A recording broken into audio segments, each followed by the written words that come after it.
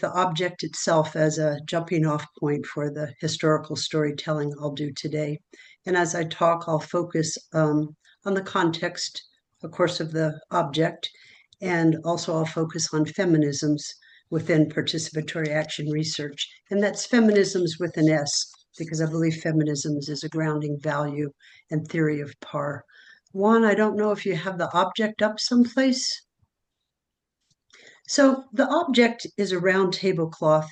It was hand embroidered by my Hungarian maternal grandmother, Aranka Marian Enkiu. She was born in 1884 in a small village near Debrecen, which at that time was part of the Austria-Hungarian Empire. And in about 1902, at 17, she came alone to the United States. An uncle eventually got her a job in a hat factory.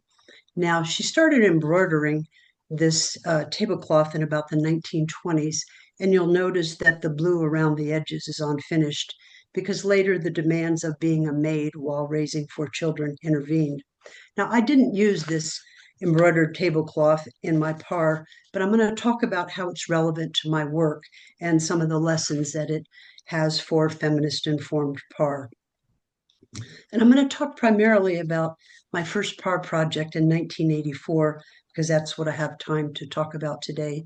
As Juan Mario noted, I eventually moved from community-based PAR to school-based teacher action research, but I won't be talking about that today. And then, of course, I did 2 seasons of the Participatory Action Research Feminist Trailblazers podcast, which is very similar to this project in trying to help document and elevate and amplify the diverse origins and histories and her stories of PAR. So after working as a Peace Corps volunteer in Jamaica in the 1970s, I was a grad student at the Center for International Education at the University of Massachusetts in Amherst. And at that time, the center was very well known worldwide for its Frarian-based participatory non-formal education community-based projects. The center itself was governed through participatory practices that included staff, students, faculty, and we used participatory practices in the classroom. We used participatory field-based strategies, but our research practices were conventional and really incongruent with our participatory values. So in the early 1980s, we started learning about what was then a fairly new field of participatory research. Paulo Freire, Rajesh Tandon, Miles Horton, a number of people came to the center to give talks about PAR, and David Kinsey did his first class on PAR in 1983. So when I finished my doctoral coursework, I was really fired up to try PAR. And at that point, it was my husband's turn to take a job somewhere he wanted to be. So we moved across country to Gallup, New Mexico. Now, my husband was a trauma nurse working at the Gallup Indian Medical Center, which was part of the United States Public Health Service branch, which is called the Indian Health Service. And by 1880 treaty obligations with Native tribes, the U.S. government provides healthcare to American natives on or near their lands. And Gallup is what's known as a border town. That is, it borders 2 indigenous nations, the Pueblo Zuni and the Navajo or Diné Nation. And for those of you who don't know too much about the American Southwest, New Mexico is the 3rd poorest state in the U.S., behind Mississippi and Louisiana, sometimes behind Alabama. And while Gallup was and still is excruciatingly poor, economically, it's culturally and linguistically rich. So it was about 1983. I was new to the community. And in the laundromat we used, I saw a flyer for volunteers for the local battered women's shelter. So this was 1983. And although now we call it interpersonal violence, at the time we referred to it as domestic violence. And I just wanted to be a volunteer as a way to get involved in the community. So often late at night, I started picking up battered women at the police station or isolated payphones. You know, we didn't have cell phones or internet then. I take women who were on the run to the secretly located shelter. So by night, I learned about battered women's lives, while during the day I was reading Habermas, bell hooks, the early literature of PAR projects, mostly in Africa, Asia, and Latin America. And at the time, I would say I was really a street feminist because, frankly, I didn't think I was smart enough to understand theoretical feminisms. Later, I would joke with Patty Lather that I was really too dumb to understand her book, Getting Smart. But I was just on fire to try PAR. But I had the research project process kind of backwards because I had a methodology in search of a problem instead of the other way around. So somewhere along in there, I formed a group of former battered women, mostly who were Diné or Navajo, all of whom had been in the shelter, many with their children. And we were hoping that we could influence policies and practices of the Small Battered Families Services Organization and develop a supportive network among the women. So feminism was really like a dry cloth on a foggy lens for me. Here I am reading and devouring the early PAR literature and description of projects, many of which I think Bud knows very dearly from his time in Tanzania. And I was reading feminist theories and literature, and I just kept wondering, well, where are the women? It took reading several descriptions of the same PAR project to realize that the campesinos, the villagers, the people were actually the men campesinos, the men villagers, the men people. Now there were some PAR projects with women, and they were clearly titled women's projects, but the male projects, the unspoken norm is these were humans, the human projects. And I also wondered, well, where are the feminist scholarship and theories? Early PAR advocates, such as Kamal Mustafa in Tanzania, noted that much of the early PAR work was informed by historical materialism and other critiques of the social sciences at the time.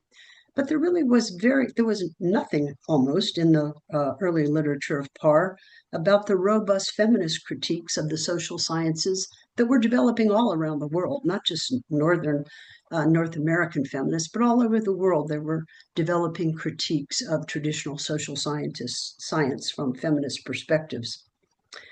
Now, even at last year in a PAR Fem podcast that I did with great David Greenwood, he said, frankly, for men rooted in academia, there's no incentive to have their work informed by feminism, nor any incentive to be reflexive about the ways they do masculinity and how that informs their PAR. So I think even here we are, I don't know what, 40 something years later, we have to keep asking ourselves if PAR positions itself as a liberating and transformative approach to knowledge creation, well, what's it liberating us from and transforming us into? So nearly 3 years into that work with the former battered women, I ended up developing a feminist framework for PAR. So I want to go back to the object and how it's relevant to my story of a sliver of the history of PAR. The tablecloth is round. And I don't know if you can go back to that slide. I'll come to this other one in a minute. So the tablecloth is round. A round table has no head, no imposed hierarchy. And the circular context infers a shared sense of power. The concept of power, this concept of power is informed by feminist activist Starhawk, born Miriam Simos, who in 1987 was distinguishing power with and power within from power over. Power as domination, which has historically been a more male-centered concept of power. So this feminist concept of power with and power within is a concept and practice of empowerment, which is foundational to PAR. Sitting in a circle, around a circle, allows us to see each other, to see everyone at the table. And doing PAR, we often utilize a variety of group activities in the round, in a circle. There's something about seeing each other's faces, expressions, body language, instead of the back of each other's heads, that helps us humanize people. And it makes some sense of the initially said as well as the unsaid, because we get to see who might not feel comfortable to freely participate and intentionally invite them in so they can hear their own voice in the space. And the round table creates a space for us. PAR has always been about creating spaces and about holding open spaces for democratic knowledge production. And of course, in our current times, democratic spaces are pretty hard to hold open, if at all. And we see that universities themselves, many of us are involved or have been involved in universities, have increasingly strong antibodies to democracy, shared power, and socially constructed knowledge. So it's also a cloth for a table, a place where we have conversation and food. And you'll notice that many PAR projects, especially those involving women and girls, always involve food, sharing a meal, a snack, because as feminists say, food is the lubricant of conversation. And sharing a meal, a cup of tea, well, it helps soften barriers. And conversation is one of the most integral and distinguishing components of PAR. In PAR, researchers, co-researchers, facilitators, whatever you want to use for the people involved, engage in conversation, informal and intentional. And that takes time in the moment and across time to get to know each other and understand each other's circumstances. I think one underappreciated component of conversation is, of course, simply listening intently in the moment, beyond waiting your turn or silently crafting your response. In fact, the Diné or the Navajo have a saying, you listen with your ears, not your mouth. When I first started working with the battered women in Freudian style, I asked each woman, well, what are your problems? But because Freire's approach to consciousness raising was really a problem posing approach, asking people to name the world, name the problems as they saw them and they experienced them. But to a woman, they all started somewhere different, which I hadn't anticipated. And they all started talking about what they saw as their strengths. And I hadn't seen that coming. And I think at the time, Freire's work was about man's alienation from the world. And in its early iteration, it more ignored women's alienation from a man-made world. So both talking and silence can have power. For example, in the project with these former battered women, at one point we had a chance to go talk before the Navajo Nation Tribal Council about domestic violence. But the group chose not to go. They chose silence. And it wasn't, I really learned, because they were afraid. It wasn't because they lacked confidence. It was because the primarily Navajo or Diné women, they didn't want to shame their families, and they didn't want to shame the abuser's family, because kinship and relationship is central to Diné values. Now, feminist Sandra Gorelick said, research is a relationship. It's not an autopsy. And so I think that the round table also creates a space that is supportive of dialogue and facilitates relationship building, because PAR involves creating knowledge through participatory processes in the context of human relationships. And as Jean Baker Miller said, that is essentially a PAR. Well, she didn't say this about PAR, but she said that that's really a commitment to be in relationship.